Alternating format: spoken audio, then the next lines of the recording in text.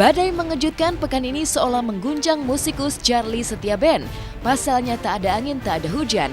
Charly dikabarkan ditetapkan berstatus tersangka karena kasus penipuan. Tak main-main, tersandung kasus penipuan yang dilaporkan oleh seorang pengusaha asal Bandung bernama Wira Pradana sejak tahun 2015 lalu. Kini Charly pun dikenakan pasal 378 KUHP dengan ancaman hukuman 4 tahun penjara.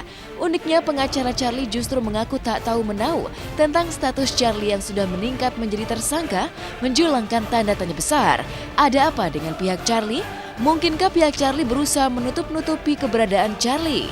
Tahunya ada informasi katanya Charly ditetapkan menjadi tersangka, saya juga tidak tahu dan belum ada pemberitahuan.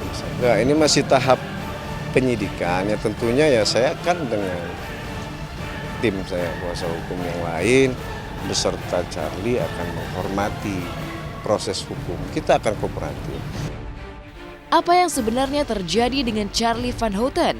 Berawal dari seteru dengan pengusaha asal Bandung, Wira Pradana, yang dijanjikan saham PT Pangeran Cinta Manajemen milik Charly sehingga berani menggelontorkan dana 600 juta rupiah di tahun 2010 lalu.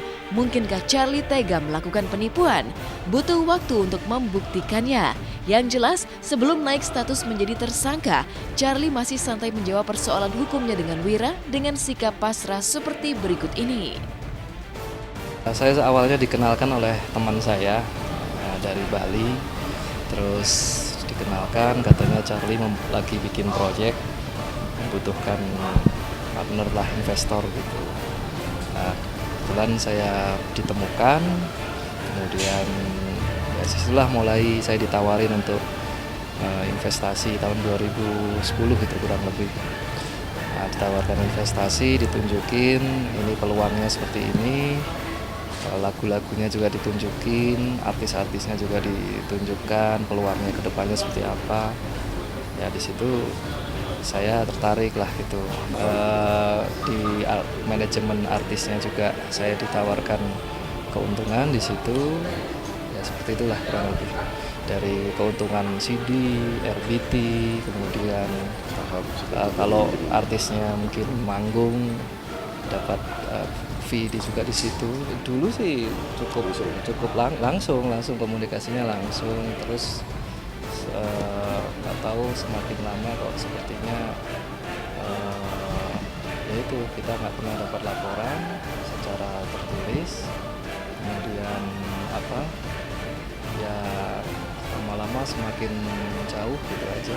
Saya jujur saja tentang masalah ini, saya banyak menemukan kejanggalan.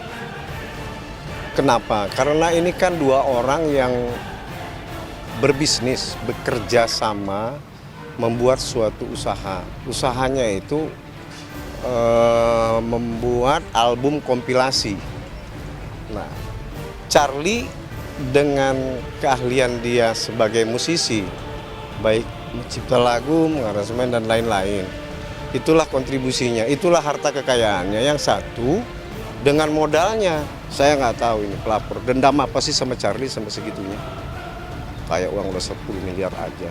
Itu kan orang baik. Kenapa tidak dicoba dulu dengan cara baik gitu loh. Kecuali kalau Charly sombong nggak mau menemui dia. Ya, jika ditarik ke belakang, bukan hanya dengan pengusaha asal Bandung bernama Wira, Charly mendulang masalah terlilit kasus hukum akibat uang ratusan juta rupiah. Seorang seniman asal Bandung bernama Zudin pun juga sempat mengancam untuk memperkarakan Charly ke ranah hukum karena diduga telah menelan uang sebesar 150 juta rupiah dengan janji akan memberikan lagu dan mengorbitkan sederet seniman jalanan Bandung. Tapi berbeda dengan Wira yang nyata-nyata melaporkan Charly ke Polda Jabar, suara sakit hati para seniman Bandung ini justru pupus seiring waktu. Yang namanya orang sudah bikin perjanjian, uang sudah diterima, kerjaannya tidak ada, apa itu namanya? Perjanjian ini ditandatangani Januari, itu langsung dibayar 150 juta, jadi berlaku sebagai kwitansi ini juga. Terus yang kedua, saya bayar lagi di Cirebon, tanggal 13 Februari 2014, sudah ditandatangani oleh Agus Mulyana, asistennya. Masalah akhirnya album kompilasi ini tidak sesuai yang diharapkan hasilnya, itu kan bukan kemampuan seorang Charly. Yang penting Charly itu sudah membuat, merealisasikan apa yang menjadi rencana mereka sejak awal. Jadi di mana Menipunya sebelah mana saya nggak tahu. Saya aja bingung dalam persoalan perkara ini, jujur saja. Kemudian tahu-taunya karena nggak dapat untung, ngelaporin. Dasarnya apa? Saya juga bingung. Jadi kalau masalah bisnis nggak untung, kok jadi ngelaporin orang? Tak pelak, teka-teki baru pun mencuat. Apa yang sebenarnya terjadi dengan Charly Setiaben? Bertubi-tubi dililit kasus dugaan penipuan dengan nilai yang tak sedikit, ratusan juta rupiah. Mungkinkah Charly mengalami kebangkrutan? Semakin jarang terlihat tampil di televisi, Charly bahkan sempat terlilit masalah dengan pihak leasing mobil mewah karena diduga menunggak cicilan mobil sporty mewahnya senilai 2 miliar rupiah. Mungkinkah Charly diserang kebangkrutan hingga tersandung kasus penipuan senilai ratusan juta rupiah karena gaya hidupnya yang mewah, bak pepatah lebih besar pasak daripada tiang.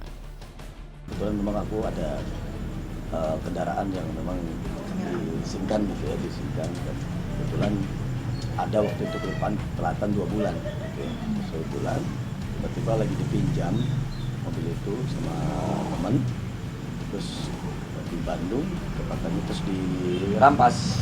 Iya, sekarang kebayang aja itu kan bukan uang kecil, 2,5 M gitu. Iya, udah 2 M lebih loh itu, udah masuk.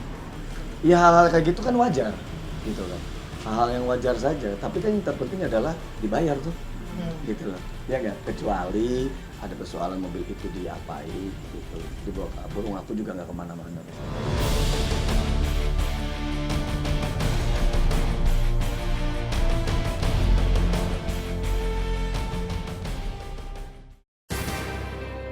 Perseteruan ayah anak Mario Teguh dengan Aryo Kiswinar Teguh kian menuai babak panas.